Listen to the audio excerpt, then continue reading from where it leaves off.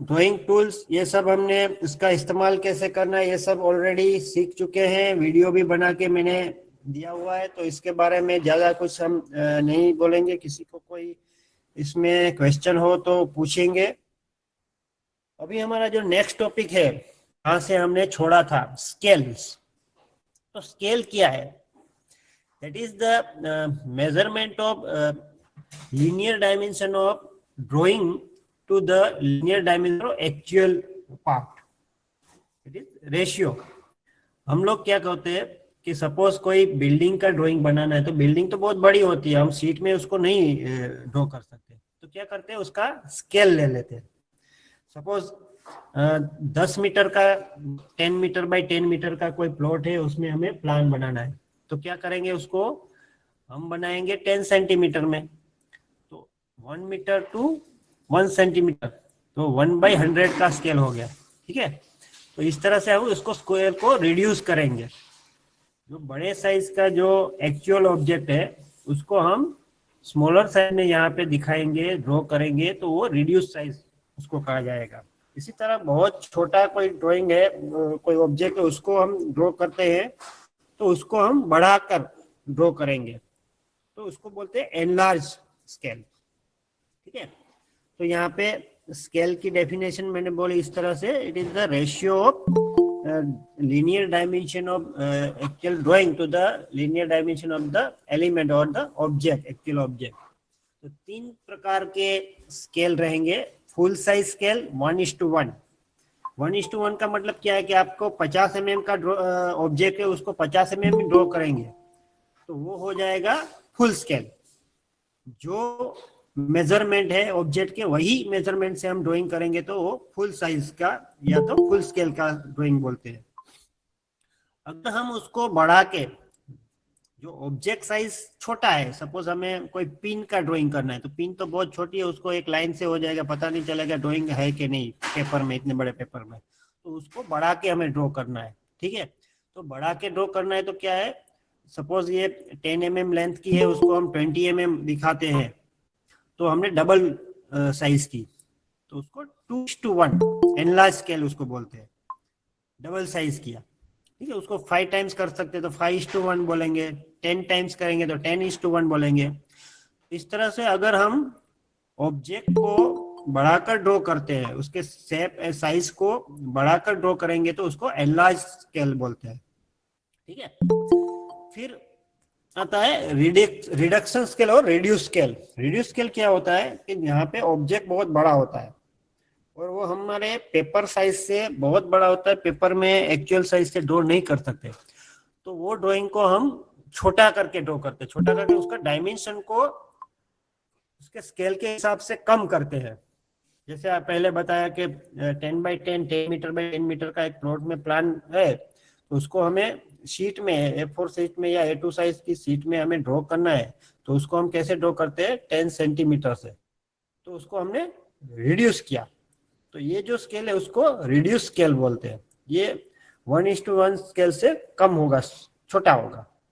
तो इस तरह से स्केल 3 टाइप के होंगे, फुल स्केल, एनलार्ज स्केल और रिड्यूस स्केल।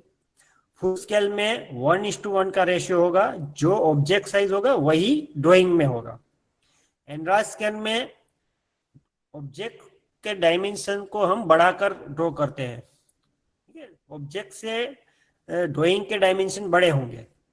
फिर रिड्यूस स्केल में क्या होगा, ड्राइंग जो एक्चुअल ऑब्जेक्ट होगा वो बड़ा होगा, तो उसको हम छोटा करके ड्राइंग करते हैं, मीन्स के ड्राइंग की साइज एक्चुअल ऑब्जेक्ट से कम होगी, तो इसको रिड्यूस स्केल बोलते हैं। अब ये जो स्केल लेना, ये भी स्टैंडर्ड होता है, ऐसा नहीं कि हमारे मन में आया वो उस तरह से उसको हम रिड्यूस या एनलार्ज कर दिए, उसका भी जो स्टैंडर्ड तय किया हुआ है उस तरह से होगा।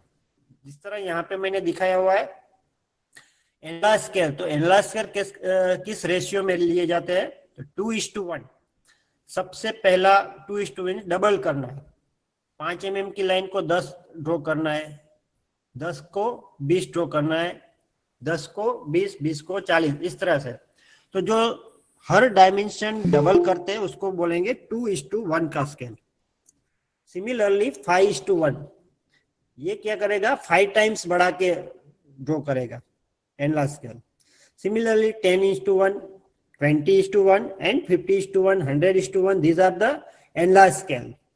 अभी फुल स्केल में क्या होता है, एक ही स्केल है 1:1, जो ऑब्जेक्ट डायमेंशन है वही डायमेंशन से हमें ड्राइंग करनी है, ठीक है।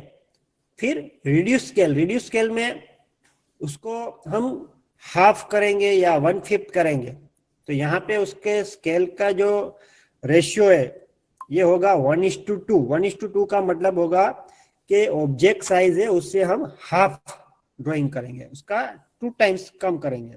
सिमिलरली 1:5, 1:5 क्या बोलते हैं, सपोज 50 mm का कोई ऑब्जेक्ट है, तो उसको हम ड्राइंग में ड्रॉ करेंगे किसे, तो उसको 5 से डिवाइड करेंगे। ये जो डिवीजन फैक्टर है 5 से डिवाइड करेंगे तो 50 mm का हो जाएगा 10 mm, तो 50 mm ऑब्जेक्ट साइज बनेगी ड्राइंग में 10 mm। सिमिलरली रिडक्शन फैक्टर दूसरे भी है 1:10, 1:20, 1:50, 1:100, 1:1000, 1:500, ये इसका रिडक्शन फैक्टर्स है। तो रिड्यूस स्केल में ये जो स्टैंडर्ड रिडक्शन फैक्टर्स है इसी का इस्तेमाल करके हमें ड्राइंग करना है। ज्यादातर जो सिविल इंजीनियरिंग ड्राइंग होता है उसमें रिड्यूस स्केल ज्यादा इस्तेमाल होता है, तो जो रिडक्शन स्केल लेंगे उसको ये ध्यान में रखना है कि रिडक्शन फैक्टर क्या है, ये स्टैंडर्ड रिडक्शन फैक्टर है। अब आप चाहेंगे कि मुझे 1:3 लेना है, तो 1:3 ये स्टैंडर्ड नहीं है, ठीक है। आप चाहेंगे 1:2.5 लेना है, तो ये स्टैंडर्ड स्केल रिडक्शन फैक्टर नहीं है, तो ये आप नहीं ले सकते, हमें स्टैंडर्ड लेना है, ठीक है। तो these are the different types of scales that are used in engineering drawing. Now the most important topic of the engineering drawing are lines. अब तक आपने lines, different types of line हो सकती है, उसको डिफरेंट स्केल हो सकती है, उसके डिफरेंट वेटेज हो सकता है, ये आपने सोचा नहीं होगा। लेकिन इंजीनियरिंग में it is very important to have a knowledge of different types of lines, क्योंकि पर्टिकुलर इस्तेमाल के लिए, पर्टिकुलर ड्राइंग के लिए पर्टिकुलर लाइन ड्रॉ करनी पड़ती है, तभी आपका जो ड्राइंग होगा वो सही होगा। अदरवाइज ये ड्राइंग आप ड्रॉ करेंगे, उसका एक फिगर होगा, ड्राइंग नहीं, टेक्निकल ड्राइंग नहीं होगा, एक फिगर होगा, तो फिगर के मार्क्स नहीं मिलते टेक्निकल ड्राइंग बनाने के। और नॉलेज तभी कहलाएगा जब आप उसके स्टैंडर्ड के हिसाब से ड्राइंग करेंगे, ठीक है। तो यहाँ पे हम डिफरेंट कैटेगरीज ऑफ लाइंस वो देखेंगे। लाइंस की प्रॉपर्टीज क्या होती है, किस हिसाब से उसको हम कैटेगराइज करते हैं, तो उसकी थिकनेस से। लाइन की थिकनेस ज्यादा होगी, कम होगी। आप जब आउटलाइन ड्रॉ करते हैं तो ज्यादा थिकनेस वाली लाइन ड्रॉ करेंगे, इनर लाइन होगी या हिडन लाइन होगी, ये सब कम थिकनेस वाली लाइन आती है। लाइन स्टाइल, अलग अलग लाइन स्टाइल होती है, आप कौन सी डैश लाइन ड्रॉ करेंगे, चेन लाइन ड्रॉ करेंगे, कंटिन्यूस लाइन ड्रॉ करेंगे, these are the line styles. Similarly precedence of the line, किसी को ज्यादा इंपॉर्टेंस किसको देना है, तो इंपॉर्टेंस हम किसको देंगे, जो हमको दिखती है, आउटलाइन है, उसको हम इंपॉर्टेंस देंगे, ठीक है। तो इस ये कैटेगरी में हम लाइन के टाइप्स तय करेंगे, तो थिकनेस, स्टाइल और प्रेसिडेंस, ये इसकी प्रॉपर्टीज है। थिकनेस में आप डार्क और लाइट, ये दो कैटेगरी होगी। जो विजिबल आउटलाइन से यहाँ पे हम कंटिन्यूस थिक लाइन यूज करेंगे, और जो लेडर लाइन से, डायमेंशन लाइन है, सेंटर लाइन से, प्रोजेक्शन लाइन, यहाँ पे हम थिन लाइन ड्रॉ करेंगे, ठीक है। थिन लाइन कैसे ड्रॉ करनी है, थिक लाइन कैसे ड्रॉ करनी है, ये भी मैं आपको वीडियो के जरिए दिखाऊंगा, क्योंकि थियरी से नहीं आएगा, प्रैक्टिस से ही आएगा ये सब। लेकिन थोड़ा सी थियरी हमारे दिमाग में होनी जरूरी है, इसलिए पहले ये थियरी हम पढ़ रहे हैं, ठीक है।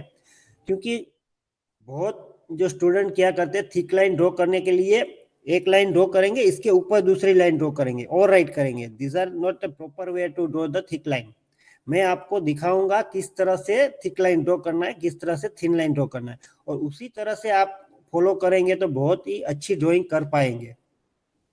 नाउ लाइन टाइप कैसे होती है, तो कंटिन्यूस लाइन होती है, चेन लाइन होती है, डैश लाइन होती है, ये सब लाइन टाइप्स होगी, स्टाइल होगी, ठीक है। फिर प्रेसिडेंस, प्रेसिडेंस कहाँ पे हम ज़्यादा इंपॉर्टेंस देंगे, तो थिक लाइन को हम ज़्यादा इंपॉर्टेंस देंगे, इसके बाद डैश लाइन को इंपॉर्टेंस देंगे, और इसके बाद होगा हमारा centre line. These are the different types of lines. ये इसका भी वीडियो मैंने शेयर किया था, आपने देखा होगा, फिर से मैं एक वीडियो बना के शेयर करूंगा। यहाँ पे सबसे पहले है कंटिन्यूस थिक लाइन, इसको समझिए कहाँ पे इसको यूज करना है। तो ऑब्जेक्ट आउटलाइन ड्रॉ करने के लिए ये कंटिन्यूस थिक लाइन इस्तेमाल होती है।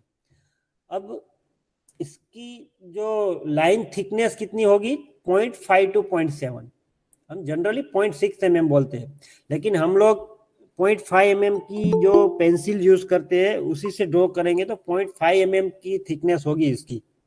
ठीक है, जब हम कंटिन्यूस थिक लाइन ड्रॉ करेंगे तो उसकी थिकनेस कितनी रहेगी, 0.5 mm, क्योंकि जो A1 A2 साइज की पेपर साइज होती है वहां पे हम ज्यादा थिकनेस वाली लीड पेंसिल लेते हैं। यहाँ पे हम A2 साइज का पेपर साइज लेते हैं, तो यहाँ पे हमारी जो पेंसिल है वो भी 0.5 साइज की है, तो 0.5 से ज्यादा इसकी थिकनेस नहीं रहेगी। ठीक है, कहीं पे अगर आपको बोला गया कि इसकी थिकनेस 1.2 mm रहेगी या ज्यादा रहेगी, तो ये गलत है। जो थिक लाइन है, कंटिन्यूस थिक लाइन, उसकी थिकनेस 0.5 mm से ज्यादा रखनी नहीं है। और किस तरह से 0.5 आएगी वो मैं दिखाऊंगा आपको। इसके बाद होगी continuous thin line. Thin line कहाँ पे यूज होती है, तो आउटलाइन के अलावा जो भी लाइन होगी वो थिन लाइन होगी, जो कंटिन्यूस होगी। जैसे कि डायमेंशन लाइन ड्रॉ करते हैं, एक्सटेंशन लाइन ड्रॉ करते हैं, प्रोजेक्शन ड्रॉ करने के लिए लाइन ड्रॉ करते हैं, हैच लाइन ड्रॉ करते हैं, फिर लेडर लाइंस होती है, ये सब लाइंस कंटिन्यूस थिन लाइन से ड्रॉ करती है। और इसकी जो थिकनेस है ये थिक लाइन से अप्रोक्सीमेटली हाफ रहेगी। मीन्स अगर हम थिक लाइन 0.5 ड्रॉ करते हैं तो कंटिन्यूस थिन लाइन होगी 0.25, ये 0.2 से 0.3 के बीच में रहती है। अब उसको हम मेजरमेंट करने नहीं जाएंगे, लेकिन अप्रोक्सीमेटली ये इतनी रहेगी। ठीक है, फिर कंटिन्यूस वेवी लाइन, जो ब्रेक लाइन होती है, इरेगुलर लाइंस होती है, उसको दिखाने के लिए वेवी लाइन ड्रॉ करते हैं। ये भी कंटिन्यूस थिन लाइन ही है, लेकिन उसकी स्टाइल कैसी रहेगी, ये जो आप चार्ट में देख सकते हैं उस तरह से होगी, जिगजैग होगी, वेवी होगी, स्ट्रेट नहीं होगी, आप स्केल से ड्रॉ नहीं करते हैं इसको। फिर short thin dashes, dash dash line, जो लाइन नॉन विजिबल है उसको हम डैश लाइन से दिखाते हैं, ये कंटिन्यूस नहीं है। 3-4 mm के हम डैश करेंगे, फिर 1-2 mm का स्पेस, फिर 3-4 mm के डैश, फिर 1-2 mm के स्पेस। इसमें रूल ये है कि डैश का जो लेंथ रहेगा उससे 1/3 उसका स्पेस रहेगा। मीन्स आप 3 mm का डैश करते हैं तो 1 mm स्पेस, 3 mm का डैश 1 mm का स्पेस, इस तरह से। और इसका भी लाइन थिकनेस थिन रखनी है, थिक नहीं रखनी है। थिकनेस 0.25 रहेगी, ज्यादा उसको डार्क करना नहीं है। ठीक है, ये इम्पोर्टेंस है। बहुत स्टूडेंट क्या गलती करते हैं कि बहुत ही बड़े डैश करते हैं या बहुत कम छोटे डैश करते हैं, या तो डैश से ज्यादा उसके बीच में गैप रखते हैं, स्पेस रखते हैं, तो ये गलत होता है। इसलिए मैं आपको बार बार कहता हूँ कि जो बेसिक इंजीनियरिंग ड्राइंग में फंडामेंटल जो चीजें हैं वो सीखनी बहुत ही जरूरी है। उसमें जितना आप ज्यादा प्रैक्टिस करेंगे आपका ड्राइंग उतना ही अच्छा रहेगा, प्रिसाइज रहेगा। ठीक है, तो डैश लाइन किस तरह से ड्रॉ करनी है, तो एक 3 से 4 mm का डैश स्ट्रेट डैश करेंगे, इसके बाद 1-2 mm स्पेस, फिर 3-4 mm का डैश। तो ये कंटिन्यूस थिन से ड्रॉ करना है, नहीं कि thick. Now a thin chain line, chain line और डैश लाइन में क्या डिफरेंस है आप देख सकते हैं। यहाँ पे एक बड़ा डैश फिर छोटा डैश है। बहुत से गलतियां करते हैं कि छोटा डैश करने से बजाय डॉट करते हैं, डॉट नहीं है लेकिन डैश है, लॉन्ग डैश शॉर्ट डैश, इस तरह से उसको समझना है। फिर ये कहाँ पे इस्तेमाल हो गए, सेंटर लाइन। आप सर्कल ड्रॉ करते हैं या कोई सिलिंड्रिकल ऑब्जेक्ट है, उसके बीच में से, उसके सेंटर में से पास होती जो लाइन होती है उसको सेंटर लाइन बोलते हैं। तो centre line pitch circle draw करने के लिए, पाथ लाइंस ड्रॉ करने के लिए, आउटलाइन पोजीशन दिखाने के लिए, फोल्डिंग एजिस डेवलपमेंट में दिखाने के लिए, ये सब आप थिन चेन लाइन से ड्रॉ करते हैं। इसकी थिकनेस भी 0.25 मीन्स कंटिन्यूस थिन लाइन है। ये कंटिन्यूस थिक नहीं है, continuous thin line. Now the next line is thin chain line with thick ends. उसके जो एंड है उसको थिक करना है। बाकी का पोर्शन रहता है ये आगे जब हमने थिन चेन लाइन देखी उसी तरह से है, सिर्फ उसके जो एंड है आप देख सकते हैं, ये एंड और ये एंड उसको थिक किया हुआ है। तो वो कहाँ पे इस्तेमाल होता है? कटिंग प्लेन लाइन दिखाने के लिए। ये आप जब नेक्स्ट सेमेस्टर में मैकेनिकल ड्राफ्टिंग पढ़ेंगे या तो सिविल इंजीनियरिंग वाले सिविल इंजीनियरिंग ड्राइंग पढ़ेंगे, वहां पे आप मकान का सेक्शन लेके दिखाते हैं। तो सेक्शन दिखाने के लिए एक पर्टिकुलर लाइन इस्तेमाल होती है, उसको कटिंग प्लेन लाइन बोलते हैं या वीम लाइन। तो वो दिखाने के लिए इस तरह से चेन लाइन विथ डार्क और थिक एंड्स ये हम यूज करते हैं। तो बीच में जो चेन है वो कंटिन्यूस थिन लाइन से ड्रॉ करते हैं और जो एंड्स है वो कंटिन्यूस थिक लाइन से। ठीक है। फिर थिक चेन लाइन, यहाँ पे पूरी chain long days short days thick line से करेंगे। इसका भी जो रूल है उसी तरह से बड़ा थिक बड़ा एक डेज करेंगे, फिर एक यूनिफॉर्म स्पेसिंग के साथ शॉर्ट डेज, फिर यूनिफॉर्म स्पेसिंग के साथ लॉन्ग डेज। यहाँ भी ये ध्यान में रखना है, लॉन्ग डेज जितना हम करेंगे उससे 1/3 शॉर्ट डेज। सपोज आप 6 mm का लॉन्ग डेज करते हैं, 1-2 mm का स्पेस, फिर 1-2 mm का शॉर्ट डेज, फिर 1-2 mm का स्पेस, फिर 5 से 6 mm का लॉन्ग डेज। ये किस तरह से ड्रॉ करना है, ये पूरी डार्क करनी है, इसलिए कंटिन्यूस थिक से करनी है। उसकी थिकनेस 0.5 mm to 0.7 mm देगी। ठीक है। अभी आपको क्वेश्चन होगा हिडन लाइन क्या है? हिडन मीन्स जो हम देख नहीं सकते। कुछ एजिस ऐसी होती है कि पीछे की ओर, हमारी सामने नहीं रहती, पीछे की ओर रहती है। उसको दिखाने के लिए हम डैश लाइन यानी हिडन लाइन यूज करते हैं। तो हिडन लाइन किस तरह से दिखानी है, ये यहाँ पे आपको एक एग्जांपल दिया हुआ है। Hidden line always drawn between 2 thick lines. एक और ये इस तरह नहीं दिखानी है। ठीक है।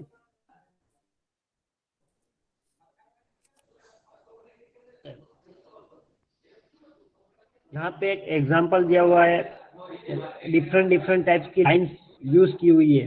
कहाँ पे कौन सी लाइन यूज की है, हमने जो अलग अलग लाइंस देखी है, ये सब लाइंस यहाँ पे इस्तेमाल की हुई है। यहाँ पे आप देख सकते हैं ये डायमेंशन लाइन है। Dimension line is a continuous thin line with arrow head at the end. And पे हम एरो हेड लगाएंगे तो ये डायमेंशन लाइन हो जाएगी, ये कंटिन्यूस थिन लाइन है। फिर extension line, dimension line draw करने के लिए जो ऑब्जेक्ट में हम डायमेंशन देते हैं वहां से एक्सटेंड करते हैं इसको, ये एक्सटेंशन लाइन है। ठीक है। फिर ये व्यूइंग लाइन, ये कटिंग प्लेन लाइन बीच में कट करके, ये जैसे कंटिन्यूस थिक हमने बोला thick chain, viewing plane line, ये व्यूइंग प्लेन लाइन या तो कटिंग प्लेन लाइन, ये थिक चेन लाइन से ड्रॉ करते हैं। ये आउटलाइन है, सेंटर लाइन, सर्कल के बीच में सेंटर लाइन है, आप देख सकते हैं। फिर डैश लाइन ड्रॉ की है, जो पीछे की ओर एज है वो हमें दिखाई नहीं देती, ये है dash line, continuous dash line. फिर ये ब्रेक लाइन है, जो वेवी लाइन हमने बोली थी वो ब्रेक लाइन, जहाँ पे हम ऑब्जेक्ट को ब्रेक करके दिखाते हैं, वो वेवी लाइन, ये कटिंग प्लेन लाइन। तो सभी प्रकार की जो लाइन्स है ये एक एग्जाम्पल में आप देख सकते हैं, इसका एप्लीकेशन किस तरह से करना।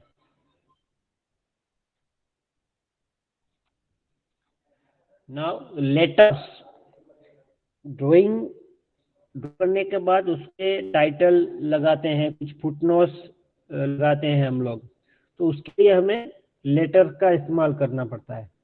तो लेटर लिखने के लिए भी उसकी जो साइजेस होती है वो पर्टिकुलर साइज रखनी पड़ती है। ठीक है। तो किस तरह से साइज रखनी है, तो लेटर को हम अच्छी तरह से दिखाने के लिए उसकी 2 प्रॉपर्टीज उसको ध्यान में रखना है। लिजिबिलिटी, उसका शेप कैसा रहेगा, यूनिफॉर्म। और the space between the words and later वो भी एक पर्टिकुलर हिसाब से रखना है, स्टैंडर्ड हिसाब से। सिमिलरली यूनिफॉर्मिटी, जो लेटर्स होंगे यूनिफॉर्म होंगे, उसकी साइज में और लाइन थिकनेस में, दोनों में यूनिफॉर्मिटी रखनी है। ये दो प्रॉपर्टी इसमें बहुत ही इंपॉर्टेंस रखते हैं। यहाँ पे हम लेटर्स का कहाँ पे इस्तेमाल होता है एक एग्जांपल के जरिए दिखाया हुआ है। जैसे डायमेंशन और नोट्स लिखने में हम लोग फिगर ड्रॉ करते हैं, फिर उसको डायमेंशन देते हैं, तो डायमेंशन में कहीं पे हम फुटनोट्स लिखते हैं कि ये जो डायमेंशन है ये कोई प्रॉपर इसमें particular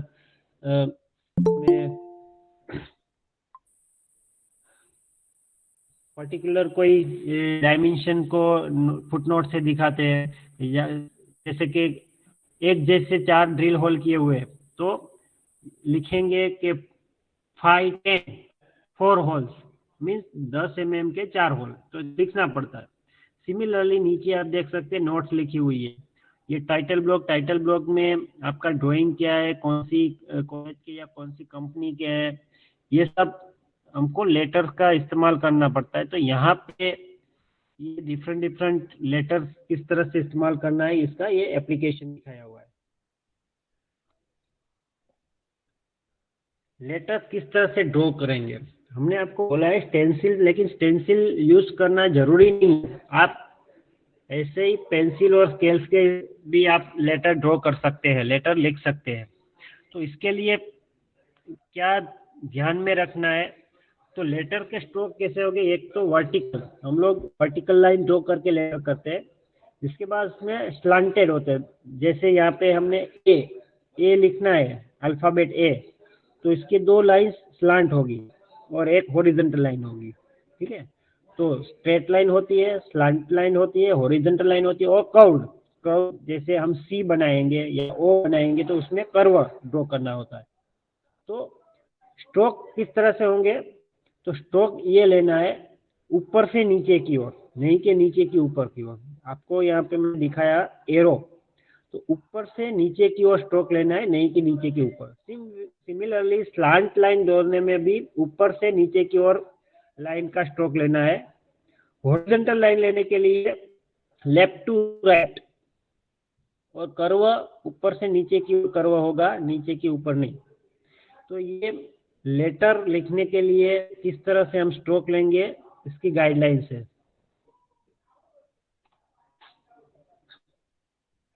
upper case letter means जो फर्स्ट अल्फाबेट रहता है उसका लेटर्स किस तरह से लिखते हैं, ये इसकी गाइडलाइंस है।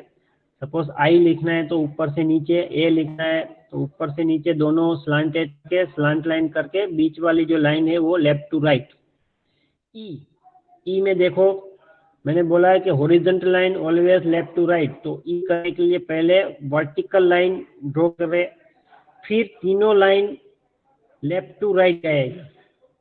ठीक है, एल पहले ऊपर नीचे, फिर लोअर पॉइंट से राइट की ओर। वी बनाने के लिए ऊपर से नीचे दोनों, वी बनाने ऐसा नहीं ऊपर से नीचे फिर नीचे से ऊपर दूसरी लाइन खींचे, ऐसे नहीं। तो जो स्ट्रोक है फर्स्ट लाइन में मैंने दिखा, इस तरह से स्ट्रोक लेना है।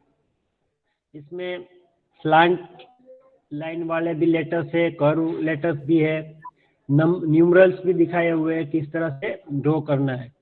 तो आप पेंसिल से जब लेटर्स लिखे तो ये जो रूल है उसको ध्यान में रख के लिखने हैं।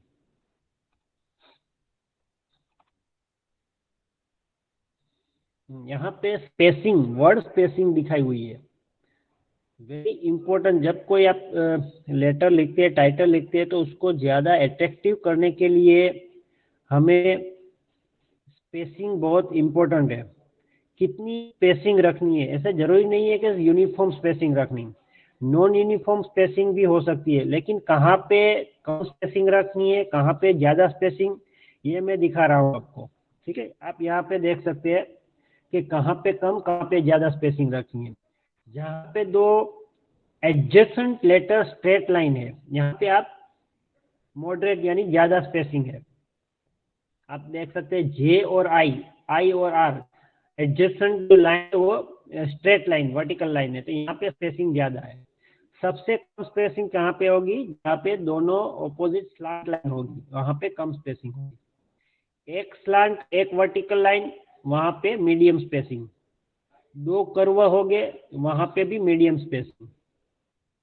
एक कर्व एक स्ट्रेट लाइन, यहाँ पे भी मीडियम स्पेसिंग। तो सबसे ज्यादा स्पेसिंग दो वर्टिकल लाइन होगी, वहां पे ज्यादा स्पेसिंग होगी।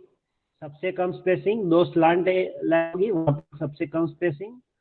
यहाँ पे एक स्लांट एक वर्टिकल या एक वर्टिकल और एक कर्व होगी, वहां पे मीडियम स्पेसिंग रखनी है। These are the general rules.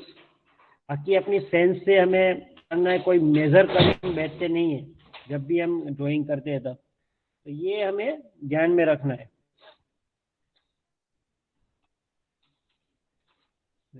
Some examples of good and poor letter. किस तरह से हम टाइटल देंगे या टाइटल ब्लॉक में लिखेंगे टाइटल, कौन सा अच्छा रहेगा?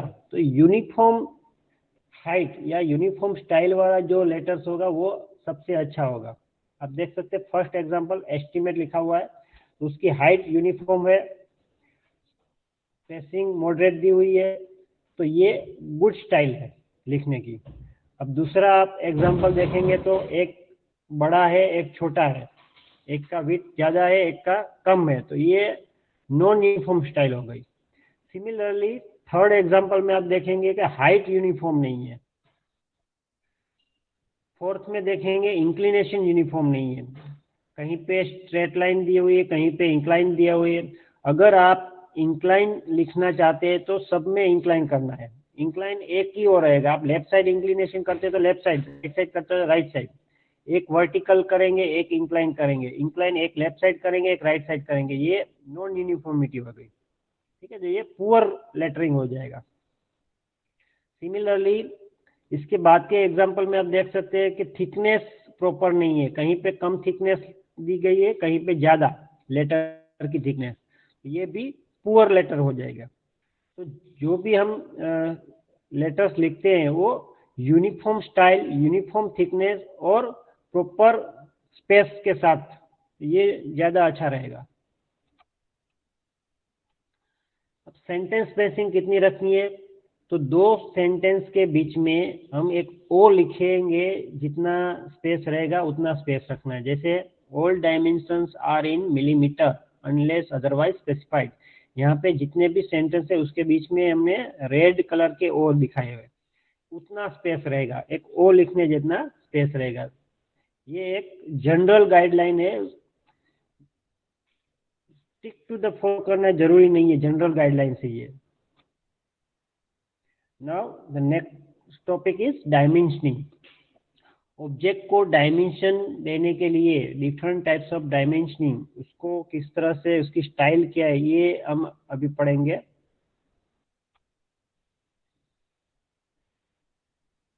देखिए इंजीनियरिंग में यूनिट्स ऑफ मेजरमेंट जनरली हम मीट्रिक यानी कि all dimensions are in millimetre में लेते हैं, लेकिन जब हम स्केल में बनाते हैं ड्राइंग तो उसका जो मेजरमेंट यूनिट होगा वो अलग हो सकता है, डिफरेंट हो सकता है। ठीक है, लेकिन अभी हम जो इंजीनियरिंग ड्राइंग में ड्राइंग बनाएंगे उसमें almost all the drawings millimetre में रहते हैं। तो वो जब देते हैं तो डायमेंशन के साथ लिखते नहीं है, एक जनरल कोट्स नीचे नोट्स करके लिख देते हैं, ऑल डायमेंशंस आर इन जैसे लास्ट मैंने यहाँ पे दिखाया आपको, ये all dimensions are in millimetre, इस तरह से एक नोट ड्राइंग शीट के नीचे हम लिख देते हैं। ठीक है, फिर हर डायमेंशन में लिखना जरूरी नहीं रहता। तो ये हमें तय करके चलना है कि ऑल डायमेंशंस आर इन फिर कहीं पे सेंटीमीटर कहीं पे इंच कहीं पे मिलीमीटर लिखने की जरूरत रहती नहीं। ठीक है, फिर ड्राइंग में जब हम डायमेंशन देते हैं तो किसको डायमेंशन देते हैं? डायमेंशन देने के लिए डिस्टेंस को हम डायमेंशन देंगे। फिर को साइज, सपोज को सर्कल है तो सर्कल का साइज कितना है वो दिखाने के लिए हम डायमेंशन देखते हैं। और कोई डिटेल देने के लिए, मैन्युफैक्चरिंग डिटेल, सपोज हमने एक होल दिखाया, फिर यहाँ पे हम देखें 4 होल ऑफ 510, तो this is detail, manufacturing detail हो गई। ठीक है, तो इस तरह से डिटेल, फिर कोई एडिशनल ट्रीटमेंट रहती है तो एडिशनल ट्रीटमेंट दिखाने के लिए भी हम फुटनोट लगाते हैं। डायमेंशन की कैटेगरीज में फंक्शनल डायमेंशन रहते हैं, जैसे मैंने आगे बताया, कोई पार्ट को हम डायमेंशन देते हैं, लेंथ को डायमेंशन देते हैं, वो फंक्शनल डायमेंशन बोलते हैं। ठीक है, फिर नॉन फंक्शनल डायमेंशन होते हैं। Non functional dimension means directly वो उस पर इफेक्ट नहीं करते, जैसे कि size of the bolt head. ठीक है, तो वो नॉन फंक्शनल, आप ड्राइंग करते हैं वहाँ पे उसका होल आपने दिखा दिया है कि ये 10 mm का, फिर उसमें कौन सा बोल्ट लगेगा वो एक्सटर्नल, ये नॉन फंक्शनल हम ब्रैकेट में लिखते हैं, तो वो हो गया नॉन फंक्शनल डायमेंशन। फिर हो गया ऑक्सिलरी डायमेंशन। ऑक्सिलरी डायमेंशन क्या होता है, सपोज हमने मिलीमीटर में डायमेंशन लिए, फिर उसको कहीं पे उसको इंच में कन्वर्ट करना है तो ब्रैकेट में हम इंच या सेंटीमीटर या मीटर में दिखाते हैं उसको, तो वो जो ऑक्सिलरी डायमेंशन है उसको ब्रैकेट में बाजू में दिखाते हैं, जो मेन डायमेंशन दिखते हैं उसके बाजू में, तो हो जाएंगे ऑक्सिलरी डायमेंशंस। ठीक है, डायमेंशंस की टर्मिनोलॉजी समझ लेते हैं। अगर ये आपके ध्यान में नहीं रहेगा तो डायमेंशन ठीक तरह से नहीं दे पाएंगे। तो सबसे पहले है basic dimension value. Means suppose हम कोई एक ऑब्जेक्ट को डायमेंशन देते हैं कि उसका लेंथ 20 mm है, तो ये 20 क्या हुआ, उसकी dimension value. This is the fundamental dimension. तो वैल्यू हम किस तरह से लिखते हैं, तो उसको लिखना का भाई स्टाइल है, उसका भी एक स्टैंडर्ड है, वो आगे हम स्टडी करेंगे। सेकंड है डायमेंशन लाइन। कोई भी डायमेंशन लाइन के बिना नहीं दिखाते। ठीक है, तो उसके लिए मिनिमम 10 mm डिस्टेंस, ये डिस्टेंस 8 to 10 mm रहता है। आप कोई भी डायमेंशन देंगे तो 10 mm रहेगा, इसके बाद ही ये देंगे। ठीक है, फिर होगा टर्मिनेशन सिंबल। टर्मिनेशन सिंबल आप देख सकते हैं, जो डायमेंशन लाइन ड्रॉ की हुई है कंटिन्यूस थीन लाइन है और उसके एंड पे एरो दिखाया हुआ है, ये एरो क्या हुआ, टर्मिनेशन सिंबल। जहां पे हम एरो दिखाते हैं दोनों ओर, तो ये हो जाएगी डायमेंशन लाइन हो जाएगी। तो कहाँ पे ये टर्मिनेट होता है, इसका मतलब ये हुआ ये पॉइंट टू ये पॉइंट, यहाँ से यहाँ तक का ये डायमेंशन शो करता है। तो जितनी लेंथ का हमें डायमेंशन दिखाना है वो एंड पे, दोनों एंड पे एरो हेड दिखाना जरूरी है। ठीक है, फिर फोर्थ है एक्सटेंशन लाइन। ये आप फर्स्ट वाला डायमेंशन जो 1.75 दिया हुआ है, यहाँ पे मेरा एरो है, आप देखिए जो डायमेंशन लाइन है वो कहाँ पे टर्मिनेट होती है, दो हॉरिजॉन्टल लाइन पे। तो ये दो हॉरिजॉन्टल लाइन कहाँ से ड्रॉ की हुई है, ये ऑब्जेक्ट लाइन से थोड़ा सा गैप रख के, तो इसको बोलते हैं extension line. Always dimension line terminate at the extension line. Extension line दिए बिना सिर्फ डायमेंशन लाइन नहीं ड्रॉ करनी है। बाहर ऐसे हवा में हम ड्रॉ करेंगे तो ये पर्टिकुलर मेथड नहीं रहेगी। सबसे पहले जो लाइन को हमें डायमेंशन देना है वहां से कोने से ये एक्सटेंशन लाइन ड्रॉ करेंगे। यहाँ पे आप देख सकते हैं थोड़ा सा गैप रखा है 1 to 2 mm, ये रहेगी हॉरिजॉन्टल लाइन। फिर ये दो एक्सटेंशन लाइन को जोड़ने वाली हम डायमेंशन लाइन ड्रॉ करेंगे। ये एक्सटेंशन लाइन डायमेंशन लाइन के बाहर एक्सटेंड होगी 3 से 4 mm।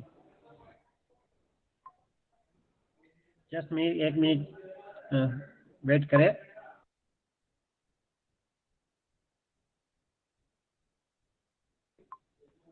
ठीक है, तो एक्सटेंशन लाइन क्या है कि जहां पे ये डायमेंशन लाइन टर्मिनेट होगी, फिर होगा सिंबल, रेडियस का सिंबल होगा, डायमीटर का सिंबल होगा, लीडर लाइन का सिंबल, ये सब सिंबल दिखाने हैं। अगर हम सर्कुलर पार्ट को डायमेंशन दे रहे हैं तो उसका रेडियस या डायमीटर देना जरूरी है। तो जो डायमेंशन फिगर है उसके आगे हम आर लिखेंगे, मतलब क्या होगा, ये रेडियस दिखाता है।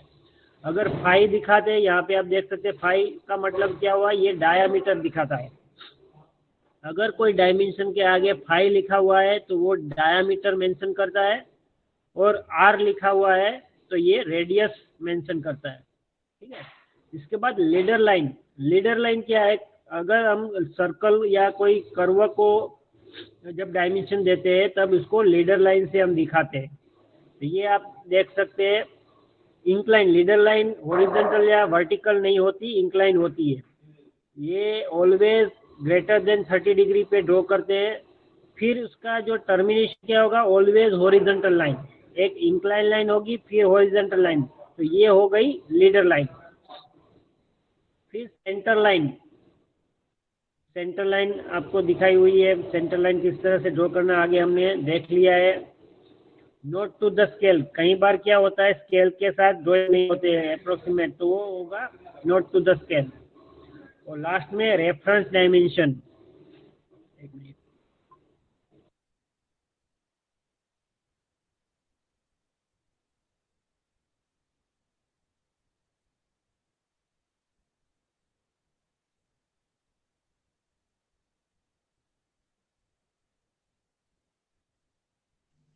हेलो सर, आवाज नहीं आ तो। हेलो सर, अवाज નથી सर આવતી। बात નથી હા આવતો। હા હા ભાઈ ભાઈ, બસ બસ આવશે આવશે। एक मिनट थोड़ा ब्रेक છે, एक मिनट वेट करो।